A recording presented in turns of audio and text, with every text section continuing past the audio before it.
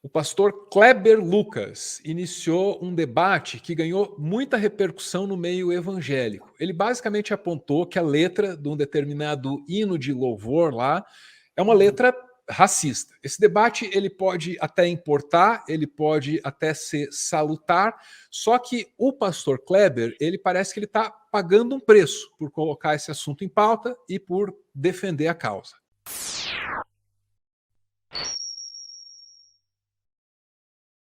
Bom, vamos entender essa história aí? Vamos ler um pouquinho e depois vamos ver um vídeo. Isso aqui é do O Globo, olha lá, ó, pastor evangélico que gravou com o Caetano, era uma gravação do Mídia Ninja, né?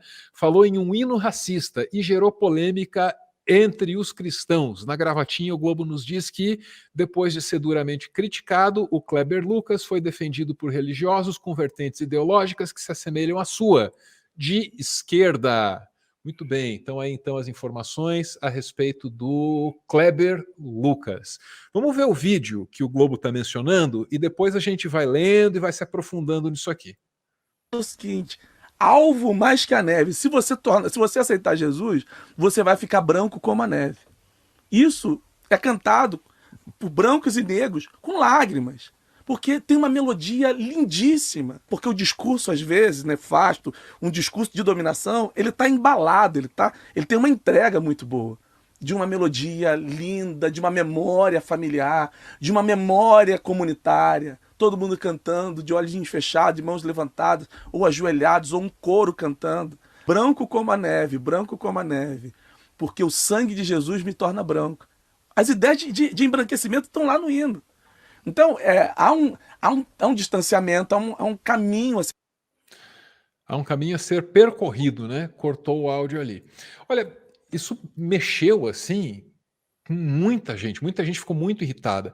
E se você fizer qualquer busca no YouTube por esse assunto, só vai ter vídeo malhando o Kleber. Vamos ver se a gente muda isso, né? Vamos ver se a gente faz a plataforma disponibilizar nas buscas o nosso vídeo aqui explicando a história, né? Você só vai encontrar vídeo malhando o pastor. E aí, eu acho interessante que o pessoal se posicione dessa maneira assim tão visceral, tão raivosa, né? Porra, atacou o hino que eu canto na igreja, como assim? Eu acho interessante porque está desconsiderado em todo canto que está tratando desse assunto o fato do hino ser um objeto de estudo de mestrado do Kleber. Ele é mestre nisso que ele está comentando. Saca só, do o Globo também. Teologia preta, histórico de pesquisa no assunto. A discussão a respeito do racismo nos hinos cristãos não surgiu na entrevista para o Caetano. A tese de mestrado do Kleber Lucas, em História Comparada da Universidade Federal do Rio de Janeiro, respeitadíssima, debateu esse tema. De título Alvo Mais que a Neve, uma comparação entre o discurso cristão batista e os ideais raciais no Brasil dos séculos XIX e XX. Essa tese virou até livro que foi publicado em 2021. Então o Kleber estava fazendo nada mais, nada menos do que tirar a especialidade dele ali do mundo acadêmico, do mundo do estudo, do mundo dos livros e trazer para essa esfera popular, para a comunicação na internet. Quando ele traz o estudo dele para a massa geral, para o público geral, dá essa reação maluca, essa reação que eu estou chamando aqui de visceral, que a gente viu, né? Só faltou contar qual é que é o hino, o trecho mais problemático, para ser eufemístico, é esse aqui, ó. Alvo mais que a neve, alvo mais que a neve. Sim, nesse sangue lavado, é o sangue de Cristo, né? Mais alvo que a neve serei. Você tinha acompanhado essa história aí, Anderson? Isso aqui, a gente vai ter milhões de casos parecidos, porque toda vez que a gente toca em direitos humanos no Brasil, ainda mais nesse período, é como, sendo usando a questão religiosa, se estivéssemos fazendo uma blasfêmia, se estamos pecando, né? E um dos artifícios para você racistas que nós temos no país é você tirar a legitimação intelectual de quem fez a fala. Por exemplo, tem não vou nem citar o nome dele, Então mas não tem é um por acaso que o livro é ignorado, que o mestrado é ignorado. isso, É uma lógico. estratégia. Isso. Tá. Você tem o Silvio Almeida que está sendo atacado por um filósofo num canal E ele tenta colocar que a presença do Silvio na equipe de transição do Lula é só uma questão identitária. Você desconsidera e joga no lixo toda a bagagem cultural que o Silvio tem de conhecimento de movimento negro. Então você faz, daí você pega um público que está preparado para ouvir aquele tipo de discurso, aquela falácia, aquele discurso mono no sentido de conteúdo, mas daí você agrega tempero dando uma rebuscadinha, e aí você tem um título de professor. Vou te dar um exemplo, a própria direita faz muito isso. Como que eles validam as informações sobre chip na vacina? Sempre tem um médico no hospital da China, da Austrália, é um departamento de não sei da onde, para validar.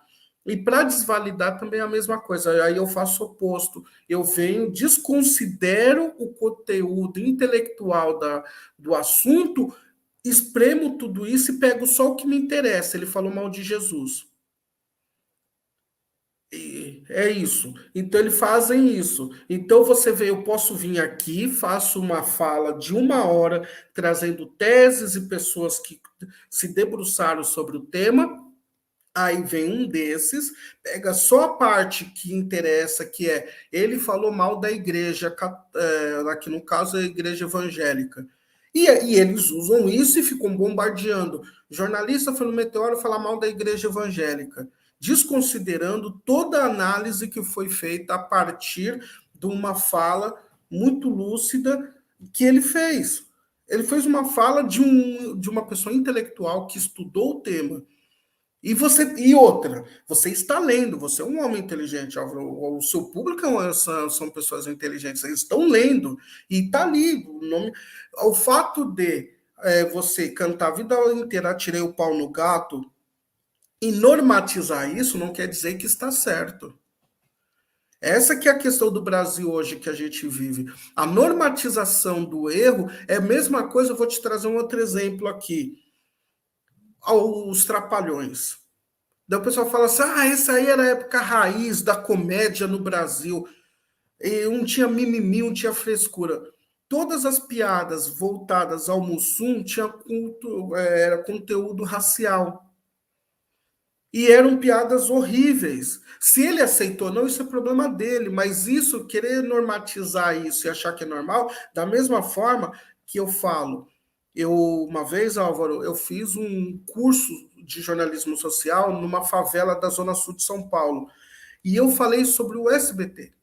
Eu falei assim, você se vê, todo o pessoal ali da favela que estava no curso, você se enxerga como ele usa o slogan, a TV da família brasileira, você se enxerga ali?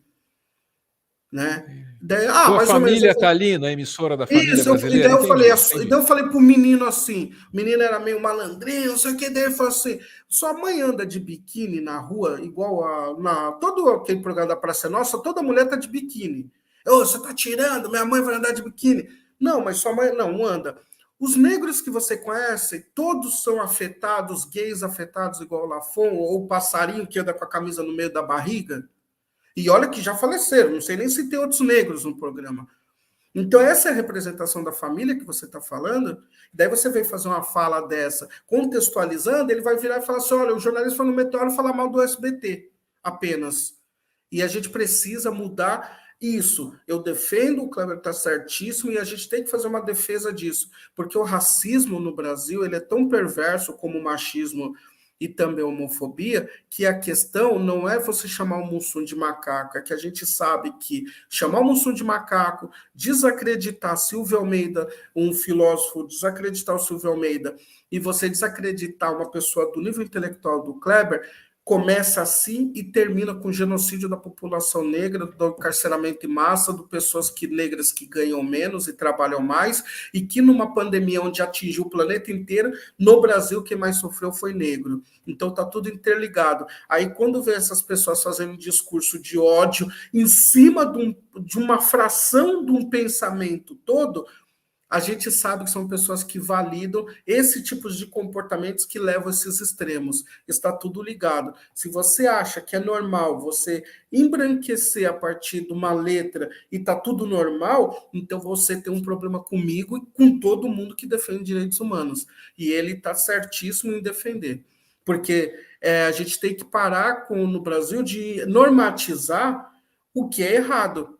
Né? Se você acha normal um tapinha não dói na mulher, a gente viu e a gente vê todos os dias o que dá esse tapinha. O Bruno foi um desses que falou que qual homem que nunca bateu numa mulher? A gente viu a consequência do que levou. É a mesma coisa.